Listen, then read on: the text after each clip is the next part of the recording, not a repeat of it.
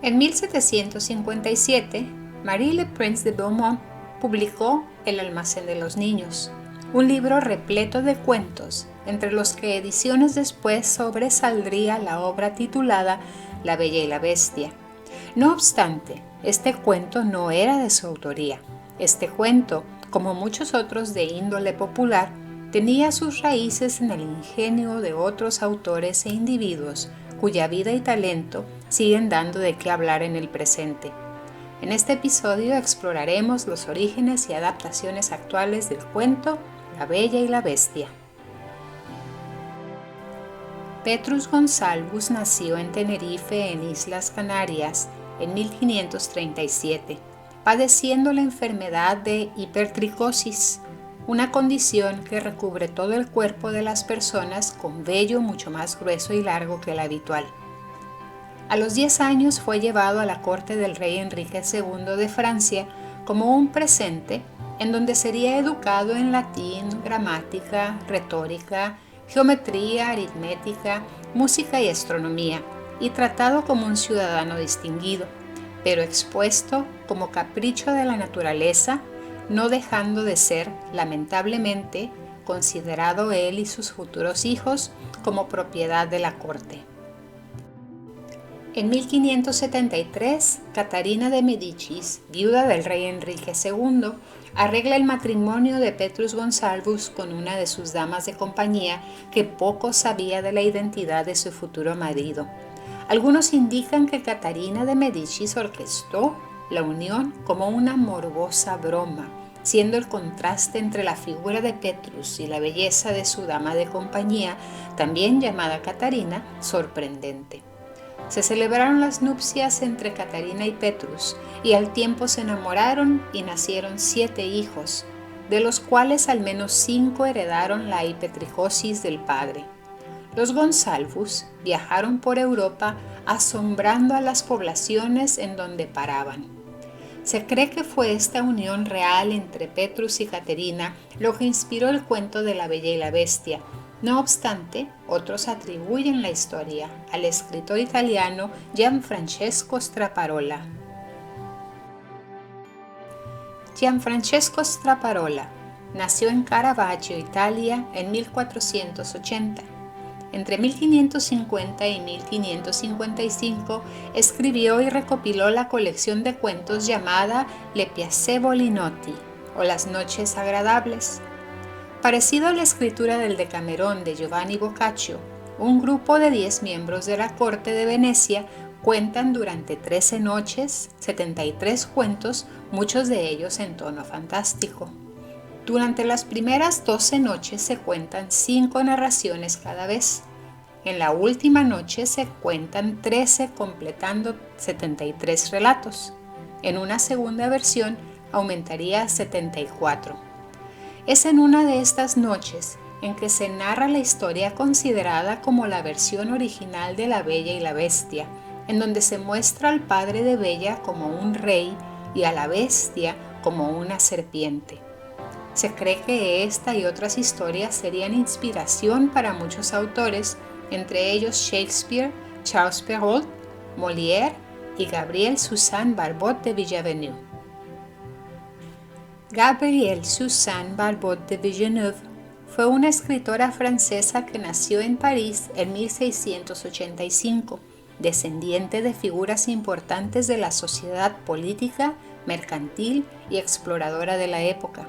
Heredaría su fortuna y seguramente su sentido emprendedor y aventurero a estas personas. A los 21 años se casaría con Jean-Baptiste Gallon de Villeneuve, en un matrimonio que a los meses mostraría poco futuro. Su fortuna fue desperdiciada por su marido y a los 26 años quedaría viuda y casi en ruinas. Perdió gradualmente su herencia y tuvo que buscar un medio de trabajo para mantenerse. En París conoció a Crébillon-Père, el dramaturgo más famoso de tragedias de la época. Gabrielle Suzanne lo ayudó con su labor como censor literario real, permitiéndole conocer a ella los gustos literarios del público francés, ayudándola a crear cuentos de hadas y novelas, entre ellas La Bella y la Bestia. El cuento de La Bella y la Bestia de Villeneuve es una obra de casi 200 páginas, en las que profundiza en los orígenes de los personajes principales. Aquí, el argumento de su versión. Un comerciante viudo vive en una mansión con sus 12 hijos, 6 hijos y 6 hijas. Todas sus hijas son muy hermosas, pero la hija menor fue llamada Pequeña Belleza porque era la más hermosa, amable y bondadosa de todas. Las hermanas mayores, en cambio, eran crueles, egoístas, vanidosas y celosas de su hermana. Su padre pierde toda su riqueza en una tormenta que hunde la mayor parte de su flota mercante. En consecuencia, él y sus hijos se ven obligados a vivir en una pequeña cabaña en el bosque y trabajar para ganarse la vida. Mientras Bella se adapta a la feliz vida rural, sus hermanas no lo hacen y confunden su determinación con estupidez. Años más tarde, el comerciante se entera de que uno de sus barcos había escapado la destrucción por la tormenta y decide emprender el viaje al puerto para ver qué lograba rescatar de su riqueza. Antes de irse, le pregunta a sus hijos si desean que les traiga algún regalo. Sus hijas mayores piden joyas y los vestidos más finos posibles porque piensan que su riqueza ha regresado. Bella solo pide que regrese a casa sano y salvo, pero cuando él insiste en comprarle un regalo, ella le pide una rosa, pues no había visto alguna crecer en esas tierras. El comerciante llega al puerto, pero descubre que la carga de su barco ha sido incautada para pagar sus deudas, dejándolo de nuevo sin un centavo y sin poder comprar los regalos de sus hijos. En su viaje de regreso, el comerciante se pierde durante una tormenta. Buscando refugio se encuentra con un castillo. Al ver que no hay nadie en él, se cuela dentro y para su sorpresa encuentra mesas llenas de comida y bebida que felizmente toma como un regalo y pasa ahí la noche. A la mañana siguiente, a punto de irse a buscar a sus hijos, ve un jardín de rosas y recuerda que Bella había deseado una. Al momento de arrancar la rosa más hermosa que puede encontrar, es confrontado por una horrible bestia que intenta matarlo por robarle su posesión más preciada, incluso después de aceptar su hospitalidad. El comerciante suplica que lo liberen y revela que solo había recogido la rosa como regalo para su hija menor. La bestia acepta que le dé la rosa bella, pero solo si el comerciante trae a una de sus hijas para que ocupe su lugar. Aterrorizado acepta esta condición por el bien de su propia vida, pues no ve otra opción. La bestia lo despide con riquezas, joyas y ropa fina para sus hijos e hijas, y le insiste en que no debe mentirles a sus hijas y una de ellas debe regresar por decisión propia y sin engaños. El comerciante, al regresar a casa, le entrega a Bella la rosa y le informa el gran precio que tuvo que pagar. Sus hermanos dicen que irán al castillo y lucharán contra la bestia, mientras que sus hijas mayores se niegan a irse y culpan a Bella, instándola a corregir su propio error. El mercader los disuade, prohibiéndoles a sus hijos acercarse a la bestia. Bella, no obstante, decide voluntariamente ir al castillo, y ella y su padre parten sobre un caballo mágico que la bestia les había proporcionado. A su llegada al castillo es recibida con fuegos artificiales, ropa lujosa y comida. Todas las noches, la bestia le pide a Bella que se case con él, pero ella lo rechaza en cada ocasión. En el castillo, Bella empieza a soñar con un apuesto príncipe del que comienza a enamorarse. A pesar de la aparición de un hada que la insta a no dejarse engañar por las apariencias, ella no establece la conexión entre el príncipe y la bestia y se convence de que la bestia lo tiene cautivo en algún lugar del castillo. Ella busca y descubre muchas habitaciones que contienen bibliotecas, pajareras y ventanas encantadas. También se encuentra con muchos animales, incluidos loros y monos, que actúan como sirvientes, pero nunca se encuentra con el príncipe desconocido de sus sueños. Durante varios meses, Bella vive una vida de lujos, teniendo todos los caprichos satisfechos.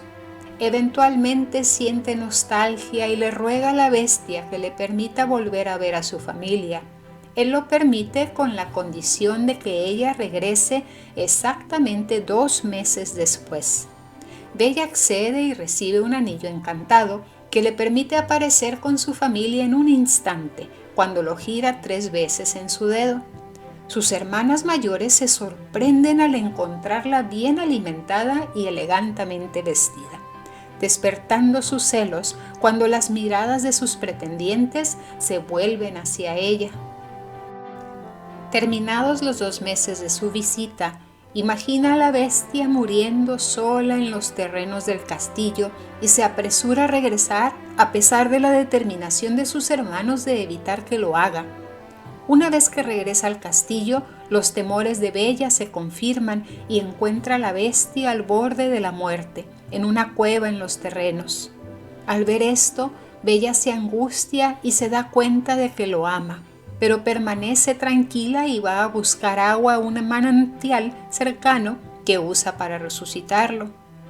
Esa noche, ella accede a casarse con él, y cuando se despierta junto a él descubre que la bestia se ha transformado en el príncipe desconocido de sus sueños. A esto le sigue la llegada del hada que previamente la había aconsejado en su sueño, junto con una mujer a la que no reconoce. La mujer resulta ser la madre del príncipe, cuya alegría se desvanece rápidamente cuando descubre que Bella no es de noble cuna. El hada regaña a la madre y revela que Bella es su sobrina, cuyo verdadero padre era el hermano de la reina de Isla Afortunada y su madre era la hermana del hada. Cuando se resuelve el asunto de los antecedentes de Bella, ella le pide al príncipe que cuente su historia. El príncipe le informa que su padre murió cuando él era joven y su madre tuvo que hacer la guerra en tierras lejanas para defender su reino. La reina lo dejó al cuidado de una hada malvada, quien trató de seducirlo cuando se hizo adulto. Cuando él se negó, ella lo transformó en una bestia, solo al encontrar el amor verdadero. A pesar de su fealdad, podría romperse la maldición. Él y Bella se casaron y vivieron felices para siempre. Esta versión fue enormemente resumida por la autora Marie Le Prince de Beaumont y publicada en 1770 con otros cuentos de su libro El almacén de los niños. Marie Le Prince de Beaumont nació en 1711 en Chabanot, Francia. Tras la muerte de su madre, ella y su hermana menor fueron llevadas a un convento en el que pasaría 24 años de su vida como alumna y después como maestra. Se casó con Monsieur Beaumont tras servir en la corte de Lorraine, pero su matrimonio fue anulado en 1748 y se mudó a Londres, donde fundó una escuela infantil y un periódico para jóvenes. Mucha de su vida adulta profesional fue dedicada a la docencia y publicación de libros y revistas para niños y adolescentes. De esas publicaciones sobresale El almacén de los niños, en el que aparece una versión resumida de La Bella y la Bestia. En esta versión, Le Prince omitió los antecedentes de Bella y el príncipe transformado, retirando los orígenes reales de Bella, sus 6 hermanos y 3 de sus hermanas. Eliminó también el hada tía y la madre de la bestia. Aparte, el hada malvada que transforma al príncipe en bestia es en sí transformada a una bruja en esta versión. La pobreza no toca las puertas de la familia del mercader y simplemente menciona que uno de los barcos llegó al puerto y el padre imparte el viaje para recibirlo. El padre de Bella se pierde en el bosque y, tal como en la versión de Villeneuve, llega al castillo, come, descansa, roba la rosa y debe hacer el trato con la bestia de regresar con una de sus hijas. Bella accede a ir al castillo con él debido a que había hecho una promesa a la bestia y ella se sentía culpable por haber pedido la rosa. La bestia intenta conquistar a Bella llenándola de obsequios y detalles, pero ella solo le ofrece su amistad. Le Prince elimina también la búsqueda del príncipe que ve Bella en sus sueños y da menor importancia a los aposentos y encantos del castillo. A los 3 meses, Bella ve a través de un espejo mágico que su padre está muy enfermo y le ruega le permita visitarlo. Le Prince también acorta el tiempo que la bestia le concede. En la versión de Villeneuve le permite 2 meses. Le Prince le indica que debe regresar en 8 días. Bella promete regresar a tiempo y parte hacia su hogar. Una vez ahí, sus 2 hermanas mayores, tristemente casadas con personas de bajo nivel, inventan una trampa para que Bella estuviera en su casa más de 8 días y así rompiera su promesa. Al darse cuenta, Bella parte hacia el castillo y encuentra a la bestia agonizando por la tristeza que le había causado la ausencia de Bella.